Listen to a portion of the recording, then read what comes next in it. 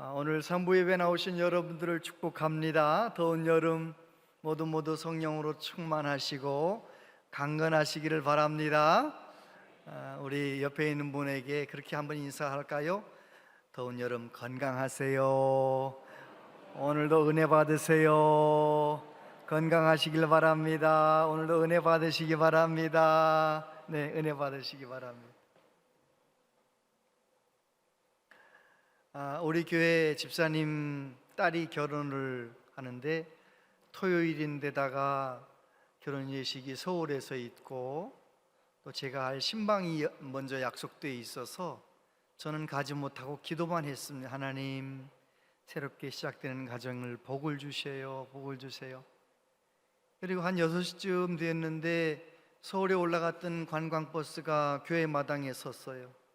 얼른 뛰어가서 딸 결혼시킨 우리 집사님 부부에게 축하 인사를 드리는데 신부의 어머니가 얼굴이, 신랑의 아버지가 얼굴이 훤한 거예요. 딸 시집 보낸 게 저렇게 좋은가? 혼자 생각을 하면서 이제 집에 가서 제 아내하고 얘기를 나누면서 왜 그렇게 얼굴이 훤한지 그 이유를 알았어요. 제 아내가 결혼식을 저한테 간단하게 설명을 하더라고요. 결혼식은 빨리빨리 끝났고, 그런데 특별한 것은 신랑이 서약을 하는데 이렇게 했다는 거예요. 이 사람은 손으로 일하는 사람, 첼로 연주자니까 손으로 일하는 사람입니다. 손으로 일하는 건 다 제가 하겠습니다. 그랬대요. 또 그 다음에 이 사람은 해외여행 좋아하니까 1년에 한 번씩 꼭 해외여행 시켜주겠습니다 이러더래요. 그리고 또 세 번째로 이 사람은 샤넬을 좋아합니다. 2년에 한 번씩 샤넬을 사주겠습니다 뭐 이러더래요. 근데 이제 샤넬을 2년에 사준다든지 1년에 사준다든지 좀 잘 안 들려가지고 이 피로연 장소에서 신랑이 인사하러 오길래 물어봤대요. 여자분들은 아무튼 관심이 많아요. 1년에 한 번씩이냐 2년에 한 번씩이냐 물어봤더니 2년에 한 번씩 사주겠다는 거예요. 아하, 그래서 그랬구나. 딸 고생 안 시키겠다고 하고 딸이 좋아하는 거 다 해주겠다 하니 어느 부모님이 얼굴이 환해지지 않겠어요? 얼마나 행복해 하는지. 제가 그 결혼식 이야기를 전에 들으면서 저 혼자 생각해 봤어요. 나는 나를 위해서 십자가에 죽으시고 나를 위해 다시 사신 예수님, 나를 자녀 삼아 주신 하나님 앞에 남은 생애를 어떻게 살면 좋을까? 예수님이 가장 기뻐하시는 일을 하며 살아야겠다. 여러분, 예수님이 가장 기뻐하시는 일이 무엇일까요? 마가복음 1장 38절에 보면 이르시되 우리가 다른 가까운 마을들로 가자. 거기서도 전도하리니 내가 이를 위하여 왔노라 하시고, 예수님이 전도하려고 이 세상에 오셨대요. 누가복음 5장 32절 다 같이 읽어보세요. 시작. 내가 의인을 부르러 온 것이 아니요 죄인을 불러 회개시키러 왔노라. 요한복음 6장 40절도 같이 읽어보세요. 내 아버지의 뜻은 아들을 보고 믿는 자마다 영생을 얻는 이것이니 마지막 날에 내가 이를 다시 살리리라 하시니라. 할렐루야. 그 이외에도 많은 말씀이 있는데 이 말씀, 예수님이 직접 하셨던 말씀을 요약하면 예수님이 가장 기뻐하시는 일이 뭐라고요? 전도하는 거예요. 하나님의 사랑을 모르고 살아가는 수많은 사람들에게 하나님의 사랑을 먼저 깨달은 내가 예수님을 전하고 복음을 전하고, 그렇구나, 복음을 전하며 살아야 되겠구나, 그런 생각을 혼자서 해보았습니다. 사도행전 2장에 보면 예수님께서 말씀하신 대로 성령님께서 임하셨어요. 마가의 다락방에서 기도에 힘쓰던 제자들과 또 성도들에게 성령님이 임하셨어요. 성령의 불을 경험하고 성령 충만을 경험하고 얼마나 그들이 변화되고, 그날 베드로가 설교를 했는데 오순절 순례객들 중에서 3,000명이나 예수님 믿고 세례받는 역사가 일어난 거죠. 사도행전 3장엔 무슨 이야기가 나옵니까? 베드로와 요한이 기도하러 성전에 올라가다가 미문 앞에서 나면서부터 안진뱅이로 태어난 장애인, 이 구걸하는 사람을 베드로가 이렇게 세우는 거예요. 사도행전 3장 6절에 보면 같이 읽어보세요. 시작. 베드로가 이르되 은과 금은 내게 없거니와 내게 있는 이것을 내게 주노니 나사렛 예수 그리스도의 이름으로 일어나 걸으라. 할렐루야. 일어나 걸으라. 예수님의 이름으로 일어나 걸으라. 40년 동안 태어나서 한 번도 걸어본 적이 없는 사람을 이렇게 세우는 능력, 예수님의 이름의 능력이 나타난 것입니다. 예수님이 뭐라고 말씀하셨냐면, 내가 진실로 진실로 너희에게 이르노니 나를 믿는 자는 내가 하는 일을 그도 할 것이요 또한 그보다 큰 일도 하리니 이는 내가 아버지께로 감이라. 예수님 마지막 설교하시면서 이제 예수님 승천하시고 성령님이 오시면 성령님 안에서 예수님의 이름을 제대로 붙들고 사는 사람, 성령님의 도우신 가운데 예수님의 뒤를 잘 따라가는 사람, 예수님의 사랑으로 행하는 사람의 삶 가운데 기적이 일어난다고 했는데, 베드로 앞에 놀라운 기적이 일어난 것입니다. 베드로도 놀라고 그 안진뱅이 일어나서 그 사람도 놀래고 그 광경을 바라본 많은 사람들이 다 놀래서 솔로몬 행각, 성전 한쪽에 있는 지붕이 있고 기둥이 있는 솔로몬 행각에 다 모인 거예요. 그때 베드로가 어떻게 했느냐, 세 가지만 생각하겠습니다. 첫 번째, 예수님만 높였습니다. 11절에 보니까 나은 사람이 베드로와 요한을 붙잡으니 모든 백성이 크게 놀라며 달려나아가 솔로몬의 행각이라 불리우는 행각에 모이거늘 베드로가 이것을 보고 백성에게 말하되 이스라엘 사람들아, 이 일을 왜 놀랍게 여기느냐? 우리 개인의 권능과 경건으로 이 사람을 걷게 한 것처럼 왜 우리를 주목하느냐? 왜 우리를 주목하느냐? 그 사람이 일어나서 걷기도 하고 뛰기도 하고 춤을 추면서 성전에 들어가는 거예요. 40년 동안 그냥 미문 밖에서 성전 안에 들어가지 못하고 미문 밖에서 구걸하던 사람이 예수의 이름으로 일어나서 걸어서 뛰으며 좋아하며 들어가다가 그 사람이 갑자기 베드로를, 요한을 쳐다보고 베드로와 요한을 붙잡았대요. 여기 붙잡았다고 할 때 크라테오라고 하는 이 헬라어는요, 그냥 잡는 게 아니에요. 붙들고 매달리는 거예요. 매달리는. 너무 좋아서 베드로를 붙들고 매달리는 거예요. 사람들이, 일어난 사람도 신기하고 베드로도 너무 신기하잖아요. 이 베드로를, 요한을 쳐다보는 거죠. 그때 베드로가 뭐라고 말합니까? 왜 이 일을 놀랍게 여기느냐? 왜 우리 개인의 권능과 경건으로 이 사람이 난 것처럼 왜 우리를 주목하느냐? 베드로는 성령으로 충만해서 그 능력이 어디에서 온 것을 알았어요. 내 능력이 아니라는 걸 알았던 거예요. 여러분, 어떻게 사람이 한 번도 걸어본 적이 없는, 나면서부터 걸어본 적이 없는 그 사람을 40년 만에 일어나 걷게 하고 뛰게 하겠어요?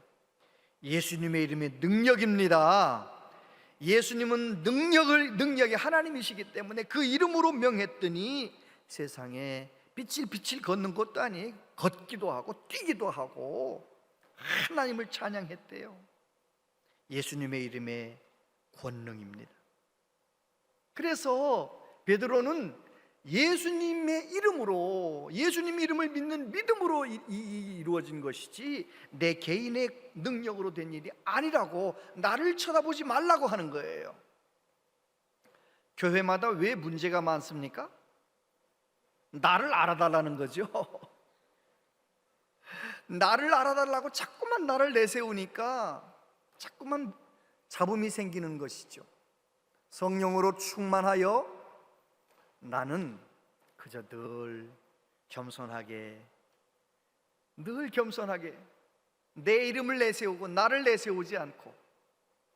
베드로는 그랬습니다. 그리고 뭐라고 말합니까? 13절, 아브라함과 이삭과 야곱의 하나님 곧 우리 조상의 하나님이 그의 종 예수를 영화롭게 하셨느니라. 너희가 그를 넘겨주고 빌라도가 놓아주기로 결의한 것을 너희가 그 앞에서 거부하였으니 너희가 거룩하고 의로운 일을 거부하고 도리어 살인한 사람을 놓아주기를 구하여 생명의 주를 죽였도다. 그러나 하나님이 죽은 자 가운데서 그를 살리셨으니 우리가 이 일의 증인이라. 할렐루야. 베드로는 성령으로 충만해 가지고요, 주님의 마음으로 그 안진뱅이를 이렇게 세우기도 하고요, 그리고 사람들이 나를 존경하며 나를 크게 바라보는데 나를 쳐다보지 말라 그러면서 이야기하는 것이죠. 너희들 이스라엘 사람들, 너희들은 예수님을 십자가에 못 박아 죽였지만 하나님이 그 예수님을 사망에서 살리셨다, 부활하게 하셨다. 우리는 그 모든 일의 증인이다. 그렇게 예수님을 증거했던 것을 보게 됩니다. 여러분, 예수님이 말씀하셨어요. 성령이 너희에게 임하면 너희가 권능을 받고 예루살렘과 온 유대와 사마리아와 땅끝까지 이르러 내 증인이 되리라. 증인이 되리라. 저는 우리 온양지역교회 모든 성도님들이 성령 충만하시게 되기를 바랍니다. 늘 깨어 기도하면서, 늘 말씀 붙들고 살면서, 어떻게든지 예수님 따라가려고 성령님을 갈망하면서 성령 충만하시면, 성령 충만의 결과가 뭐냐? 나는 낮추는 거예요. 하나님은 높이는 거예요. 예수님의 이름을 자랑하는 거예요. 17절에 뭐라고 말합니까? 형제들아, 너희가 알지 못하여서 그리하였으며 너희 관리들도 그리한 줄 아노라. 이게 예수님의 마음이에요. 예수님께서 십자가에서 못 박히셨을 때 사람들이 예수님을 향하여 침을 뱉으며 욕을 하며 고개를 흔들며 조롱의 말을 할 때, 저주의 말을 할 때 예수님 뭐라고 하나님께 기도하세요? 아버지, 저들의 죄를 저들에게 돌리지 마세요. 저들이 알지 못해서 저럽니다. 그게 사랑이에요. 가정 안에서도, 교회 안에서도 사랑으로 행하는 것은 알지 못해서 그러지 뭐, 몰라서 저러는 거야, 이렇게 생각하는 거예요. 가정 안에서 몰라서 저러지 생각하면 참아줄 수 있잖아요. 기다려줄 수 있잖아요. 교회 안에서도 몰라서 저러는 거야, 은혜 받으면 저분도 잘할 텐데 몰라서 저러지 생각하면서 기다려주고 참아주는 것, 그게 사랑이에요. 할렐루야. 우리 교회는 서로 기다려주는, 또 여러분들의 가정에서도 서로 길이 참아주는, 몰라서 저러지 주님의 마음으로 그렇게 사랑하는 은혜가 있게 되길 바랍니다. 그래요, 베드로는 성령으로 충만해서 절대로 자기 자신을 높이지 않고, 그리고 이스라엘 백성들이 큰 죄를 범했지만 몰라서 그런 거다 그렇게 말하면서 예수님을 전했던 것입니다. 두 번째, 구약 말씀으로 예수님을 전했습니다. 22절부터 보면 모세가 말하되 주 하나님이 너희를 위하여 너희 형제 가운데서 나 같은 선지자 하나를 세울 것이니 너희가 무엇이든지 그의 모든 말을 들을 것이라. 누구든지 그 선지자의 말을 듣지 아니하는 자는 백성 중에서 멸망을 받으리라 하였고, 또 사무엘 때부터 이어 말한 모든 선지자도 이때를 가리켜 말하였느니라. 너희는 선지자들의 자손이요 또 하나님이 너희 조상과 더불어 세우신 언약의 자손이라. 아브라함에게 이르시기를 땅의 모든 족속이 너의 씨로 말미암아 복을 받으리라 하셨으니. 저를 보세요. 베드로가 성령으로 충만해서 예수님을 증거하잖아요, 설교하잖아요. 그런데 놀랍게도 과거에는 안 그랬었는데 베드로가 구약의 말씀을 막 생각나면서 구약의 말씀으로 설교를 하는 거예요. 처음에 오순절날 설교할 때도 요엘 선지자의 말씀과 시편의 말씀을 인용하면서 막 설교하잖아요. 오늘 말씀도 안진뱅이를 일으킨 다음에 그날도 그러는 거예요. 모세가 말하되 주 하나님이 너희를 위하여 너희 형제 가운데서 나 같은 선지자 하나를 세울 것이니 너희는 그의 말을 들어라. 신명기의 말씀이 생각이 났어요. 말씀을 전하는데 신명기 말씀이 생각이 나는 거예요. 애굽에서 이스라엘 백성들을 건져내었던 모세와 같이 온 인류를 죄와 사망에서 건져내시는 모세와 같은 진짜 선지자, 진짜 구주 예수님을 세워주실 것이다. 이게 연결이 되는 거예요. 누구의 도움으로? 성령의 도움으로 연결이 되는 거예요.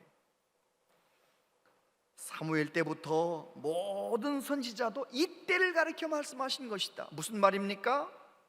성령 충만한 베드로는 구약의 모든 선지자들의 말씀이 누구에게로 향하고 있다는 걸 깨달은 거예요.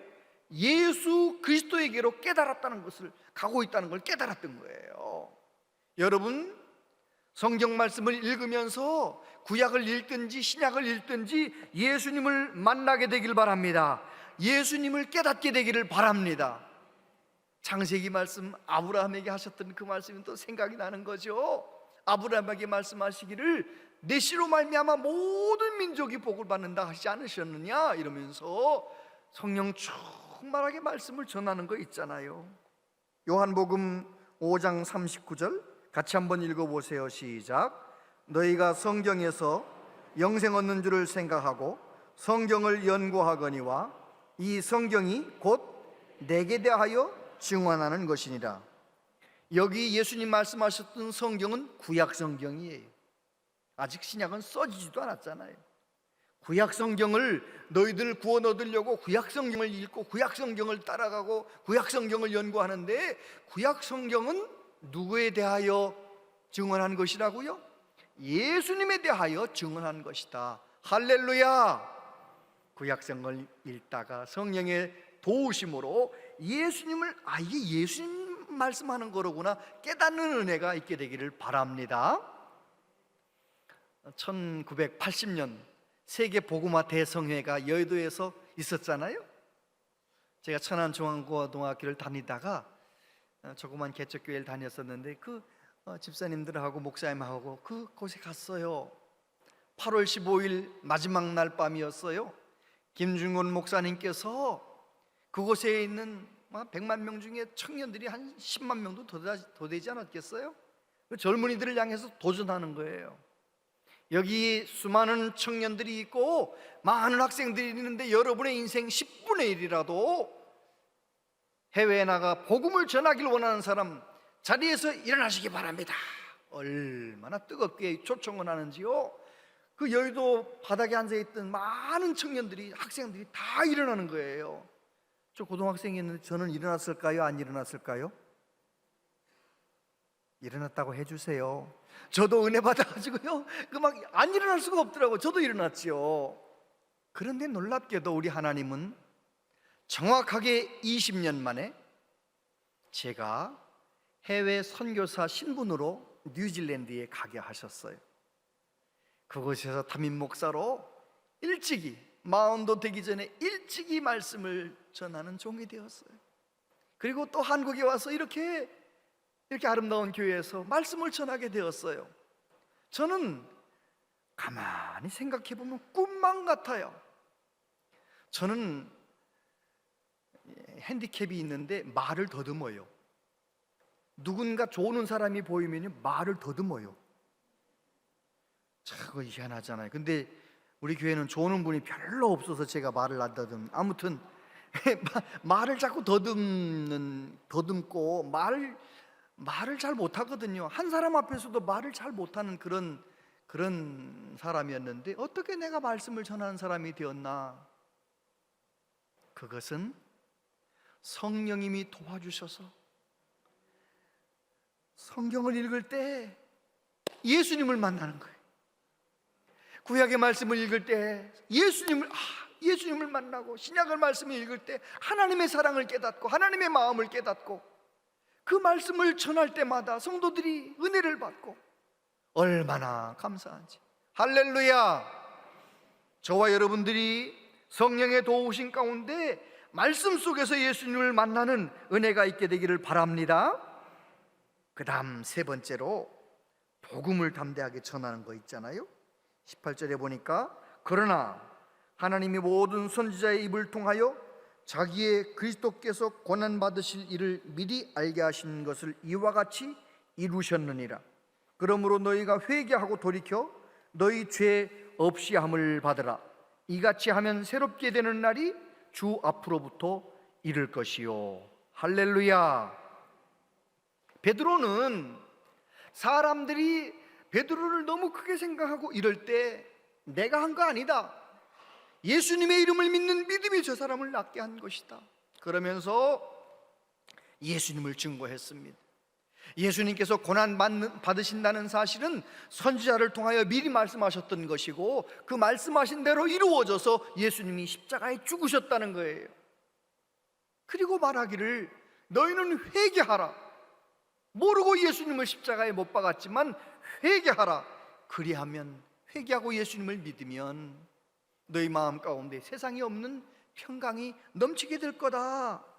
새롭게 되는 날이 하나님께서 너에게 주실 것이다. 그렇게 말했던 것이 복음을 전했던 것입니다. 여러분, 우리 교회에는 하나님의 은혜로 예수님이 믿어져서 이곳에 와 앉아 있는 분이 계셔요. 그런데 이곳에 와 앉아 있는 분 중에 몇몇 분들은 아직은 안 믿어져요.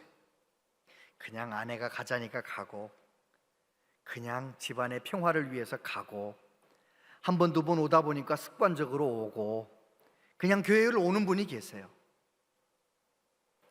여러분, 혹시 그런 분 계시거든, 아직 예수님이 안 믿어지는 분이 계시거들랑 꼭 예배당에 와서 앉을 때마다 꼭 그렇게 기도하세요. 하나님, 저는 죄인입니다. 나 같은 죄인을 위하여 십자가에 피 흘려 죽으신 예수님을 나의 구주로 믿고 영접합니다. 예수님, 나의 주님이 되어 주세요. 성령님, 저에게 믿음을 주세요. 그렇게 꼭 기도하고 예배를 드리시기 바랍니다. 그러다 보면 어느 날 성령님께서 여러분의 눈을 열어주시고 귀를 열어주시고 마음 가운데 예수님이 믿어지는 역사를 허락해 주실 줄로 믿습니다. 아멘. 그렇습니다. 베드로는 담대하게 말씀을 전했어요. 그런데 그날 밤에 앉은 매의 거린을 일으켜 세웠어요. 그리고 예수님만 전했어요. 복음만 전했어요. 그날 밤에 어떤 일이 생긴지 아십니까? 베드로가 체포됐어요. 베드로와 요한이 체포돼서 감옥에 들어갔어요. 무엇 때문에? 예수님의 이름을 이야기한다는 것, 예수님을 전한다는 것 때문에 감옥에 들어간 거예요. 그 다음날 아침에 베드로와 요한이 어디로 끌려갑니까? 산헤드린 공회로 끌려가는 거예요. 산헤드린 공회라는 것은 무엇입니까? 예수님을 십자가에 죽도록 한 그 사람들, 서슬이 시퍼런 권력의 사람들, 그 사람들 앞에 나간 거예요. 예수님 신문하듯 뭐라고 말합니까? 무슨 권세로 이런 일을 행했느냐? 도대체 이게 무슨 일이냐? 그때 베드로가 어떻게 합니까? 4장 10절부터 보면 너희와 모든 이스라엘 백성들은 알라. 너희가 십자가에 못 박고 하나님이 죽은 자 가운데서 살리신 나사렛 예수 그리스도의 이름으로 이 사람이 건강하게 되어 너희 앞에 섰느니라. 이 예수는 너희 건축자들이 버린 돌로서 집모퉁이의 머릿돌이 되었느니라. 다른 이로서는 구원을 받을 수 없나니 천하 사람 중에 구원을 받을 만한 다른 이름을 우리에게 주신 일이 없음이라 하였더라. 할렐루야.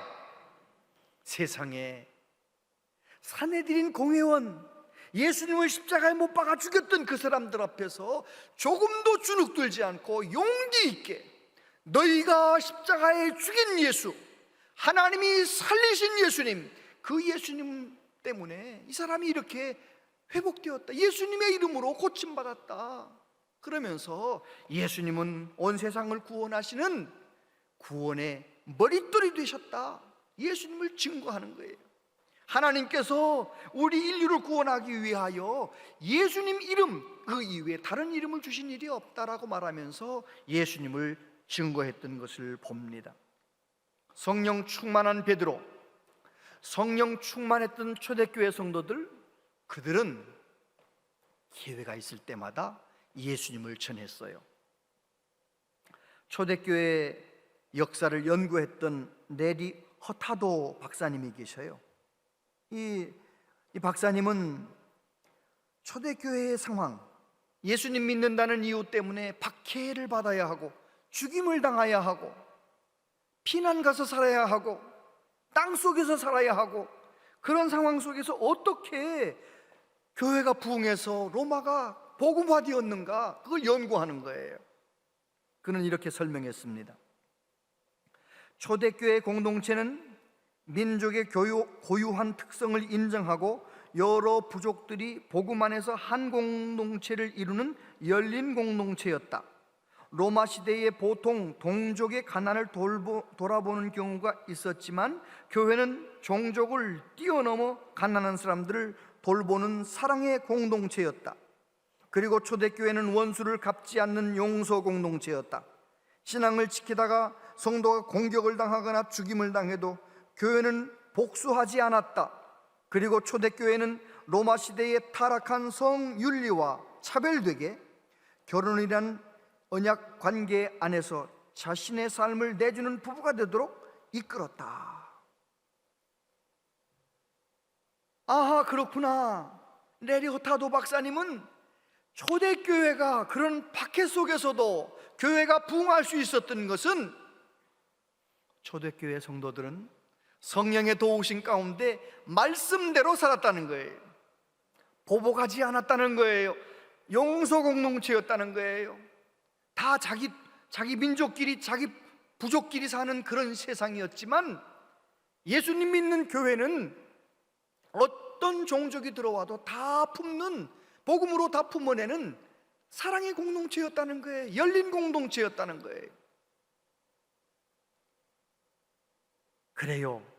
그렇게 구별되니까 윤리적으로도 로마의 타락한 성윤리와 다르게 성경 말씀대로 일부일처제 정말 그렇게 하나님 앞에 교회가 구별되게 사니까 능력 있는 성도들이 복음을 전할 때 복음화가 되었다, 그렇게 설명하는 것을 보았습니다. 여러분, 지금 우리는 코로나 시대를 살고 있어요. 코로나 세상 속에서 아주 손해본 공동체가 있다면 교회 공동체예요. 아무튼 언론에서 너무너무 교회를 안 좋게 했어요. 신천진 교회도 아닌데 그냥 신천지 때문에 교회도 싸잡아가지고, 그래가지고 정말 전도하기 어려워요. 전도해본 분들은 알아요. 예전에는 전도지 나눠주면은 한 100명이 아주 눈 흘기고 욕하고 지나갔는데 요즘 전도지 나눠주면은 한 8명, 9명은 욕하고 막 그러는 거예요. 아주 교회에 대해서 거부감이 많은 거예요. 여러분, 그런데 초대교회 때는 예수님 전하면 죽어요. 예수님 믿으면 죽어요. 그런데도 어떻게 그들이 복음을 전했느냐? 그들 안에 성령 충만함이 있었기 때문이에요. 그곳에 성령 충만한 성도들이 있었기 때문에 로마는 복음화될 수가 있었던 것입니다.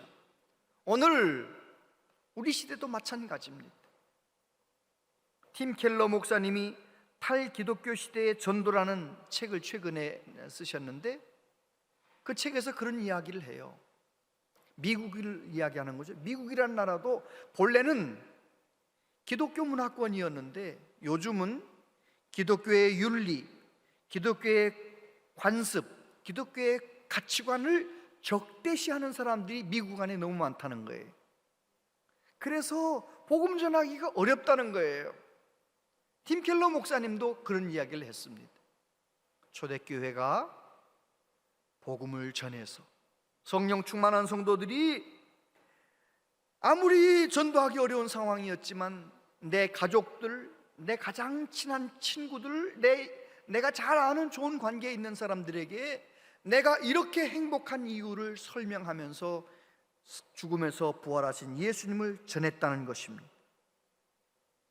여러분, 우리 교회도 마찬가지입니다. 선교학자들이 그런 이야기를 해요. 교회 등록한 성도들을 분석해 봤더니 난 모르는 사람이 전도해가지고 온 사람은 한 14%도 안 돼요. 86% 이상이 아는 사람, 가족이, 친구가, 친척이, 잘 아는 사람이 교회 가자고 해서 전도해서 예수님 믿게 되었다는 거예요. 여러분, 우리 가족 가운데, 우리 이웃 가운데, 내 친구들 가운데 아직 예수님 믿지 않는 사람이 있다면 그 사람에게 복음을 전해야 할 사람이 누구일까요? 대답을 나눠서 다시 물어보겠습니다. 접니다, 이렇게 대답하시면 맞는 거예요. 우리 주변에도 아직도 예수님 안 믿는 가족들, 친척들, 이웃들, 나하고 잘 아는 사람들, 교회 다니기를 싫어하는 사람들, 그 사람들을 전도해야 할 사람이 누구일까요? 바로 나예요. 나. 그런 마음을 가지고 하나님 앞에서 힘써 복음을 전하는 우리 모두 되시기를 축복합니다. 아멘. 원불교가 아주 열심히 익산 지역에서 목회하는 어느 목사님 그런 말씀을 하시더라고요. 40년 동안 원불교에 열심히 다니는 사람이 목사님 교회에 나와서 2년 동안 교회를 다니다가 세례를 받는데 물어봤대요. 40년 동안 원불교에 다니다가 교회에 오셨는데 교회 다니니까 뭐가 좋으세요? 그 사람이 이렇게 대답하더랍니다. 원불교에서는 착한 일을 많이 해야 구원받는다고 말씀하는데 교회에 왔더니 예수님을 믿으면 구원받는다고 말씀하신 그 말씀이 너무 좋았습니다. 이렇게 대답하더래요. 제대로 복음을 깨달은 거죠. 저와 여러분이 죄사함 받고 구원받는 것은 예수님을 나의 구주로 믿으면 구원받는 거예요. 할렐루야. 그래요. 전도가 무엇입니까? 하나님께서 사랑하시는 사람을 나도 사랑하는 거예요. 전도가 무엇입니까? 하나님이 찾으시는 사람을 나도 찾아가는 거예요. 나도 찾아내기 위해 힘쓰는 것이 전도예요. 혹시 여러분 가족 가운데 교회 나오기를 거절하고 교회 안 나오려고 하는 사람, 하나님이 얼마나 안타까운 마음으로 사랑하신다는 것을 기억하시기 바랍니다. 내 가장 가까운 사람, 나도 성령 충만 받아서 그 사람을 전도해야겠다는 마음, 그것을 내 삶의 가장 중요한 사명으로 알고 복음을 전도하기 위하여 한 사람 정해놓고 두 사람 정해놓고 기도하는 사람, 성령의 도우심 가운데 전도하는 사람, 그 사람은요 지금 능력 있는 믿음 생활을 하고 있는 거예요. 여러분, 베드로처럼 성령으로 충만하셔서 복음을 전하시면서 전도의 사명을 감당하시면서 이 어려운 시대를 잘 뚫고 나가시기를 축복합니다. 기도하겠습니다. 아버지 하나님, 지금 우리 시대는 전도하기 어려운 시대라 말들 하지만 주님, 시대가 어려운 것이 문제가 아니라 내가 성령 충만하지 못한 것이 문제임을 고백합니다. 주여, 나를 성령으로 충만하게 하여 주옵소서. 우리 교회를 성령으로 충만한 공동체가 되게 하여 주옵소서. 그래서 우리 모든 성도님들 때문에 가족이, 친척이, 친구, 이웃들이, 나와 좋은 관계를 맺는 분들이 다 예수님께 나오는 역사가 일어나게 하여 주시옵소서. 예수님 이름으로 기도하옵나이다. 아멘.